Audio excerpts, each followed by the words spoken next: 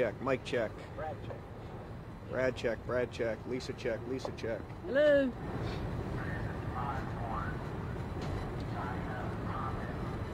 It's gonna start raining on us again. Yep.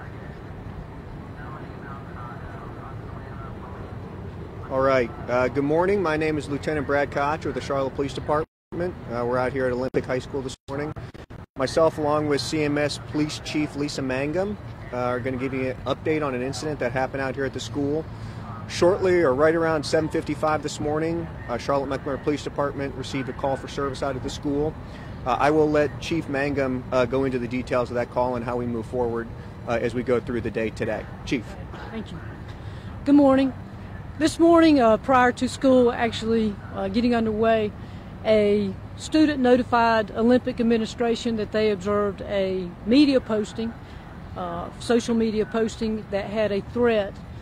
It was an indirect threat, but it was in and of itself a threat. Immediately, the principal contacted me, and I made the decision to place the school on lockdown. At that point, all the kids were ushered into classrooms and up to this point remain there. Actively investigating the social media threat at this time in coordination with CMPD and all of their resources. We have been able to establish a location of one individual who we believe is responsible for this post. We are actively searching for a second individual. We have not located him as of this time. The investigation is active and will continue, and that's about as much information as I can provide at this time for the investigation. However, currently we are releasing students to their parents. After identifying the parents and the students, we're going to leave our schools open for the rest of the day as a safe place for students to stay until the parents can either come and pick their kids up or we dismiss them at regular dismissal time. The kids are safe. They are not in any danger whatsoever. Our teachers and our complete staff at Olympic are supporting your kids, and they will remain safe until they're back into your home. Thank you. We do have one thing to add. If parents do want to come pick up their kids, they're more than welcome to come to the school here on Sandy Porter. And there is a process that we have in place that we've worked with CMS as well as the Charlotte Police Department to release the kids. However, if the kids cannot make it or the parents cannot make it to come pick the kids up, that is totally fine. Kids are going to stay in here until school gets out at regular time, and then they'll be dismissed on the buses to go home. So, we have any questions at this point? Was the person who was located a student, and was that the person that was in the photo a student here? He is a juvenile, and we cannot release any further information on that at this point. But he is, the police are speaking with him at this point. Has he been charged with anything? Not currently. He is being interviewed.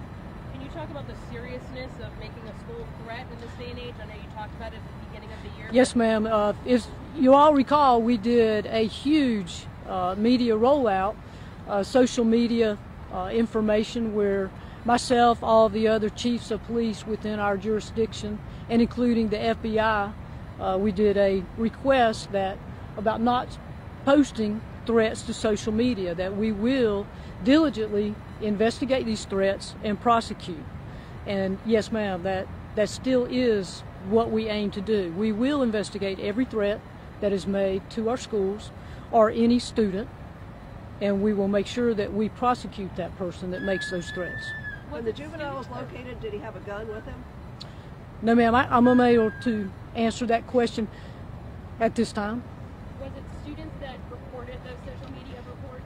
Yes, the information was gathered from students receiving the social media threat on their phones. And I know that people, you guys always say something, especially in the last couple of weeks with all of the different threats and everything.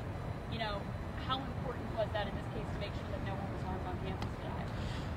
Well, it was very important, and thankfully students took the responsibility to notify the administrators immediately, and action could be taken. As I said, we immediately went into lockdown to ensure our students' safety, and then from that point on we instigated the investigation.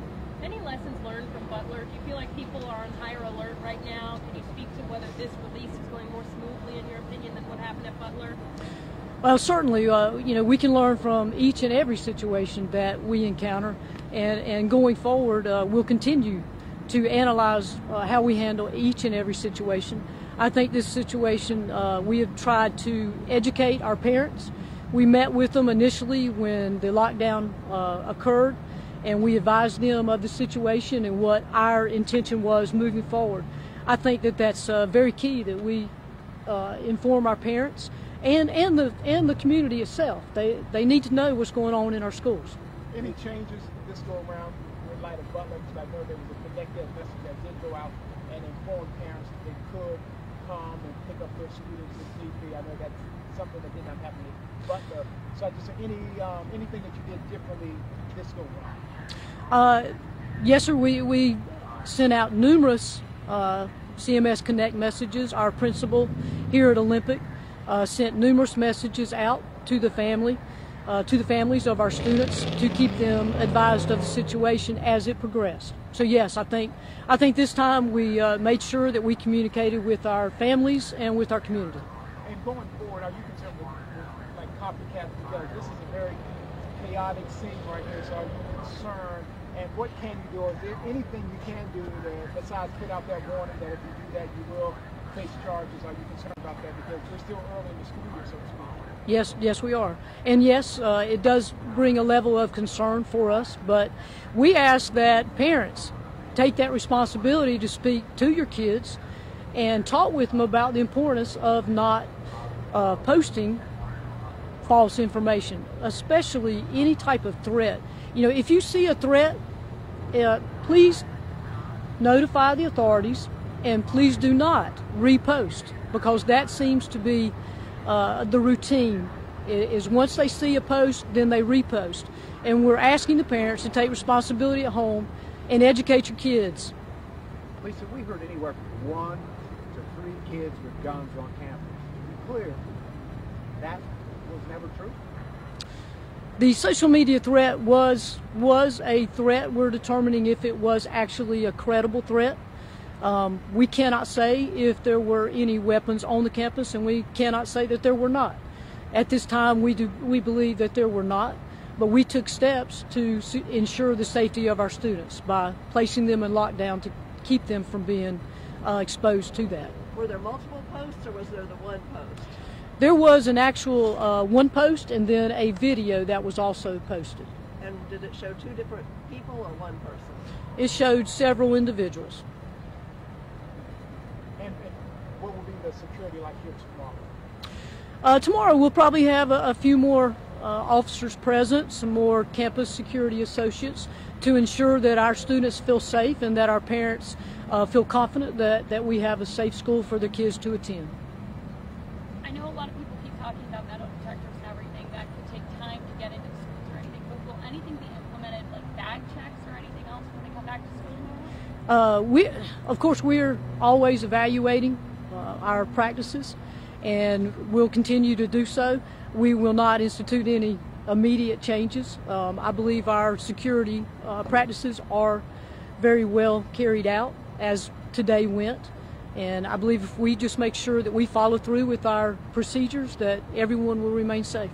And how much time was there between when you guys were notified of this threat on social media to where the school determined that they needed to go into a lockdown situation? The information was passed on to the principal immediately. The principal, actually I was standing next to the principal at a meeting, so it was in coordination, it was immediate. There was reference to a fire alarm that went off before even school started. What did that happen? What was that all about? We're looking into the reason why, the causes for that fire alarm, but we believe, feel pretty confident that there was not a fire. So we don't know if this young man was on campus yet, or anybody, those other 2 in the video were. No, we're not at a point where we can fairly say an answer to that question. That'll be revealed once the investigation is complete. And just to be clear, you're still looking for one more person? Yes, ma'am, we are. All right, as we move through today, we just ask for some patience from the parents and know that the school will remain open on a modified lockdown. The kids are going to be fed and they will be taken care of when they're here.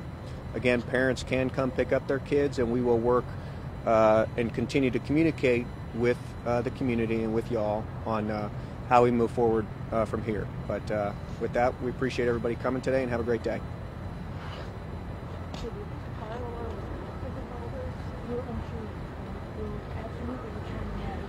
It wasn't like a scheduled fire.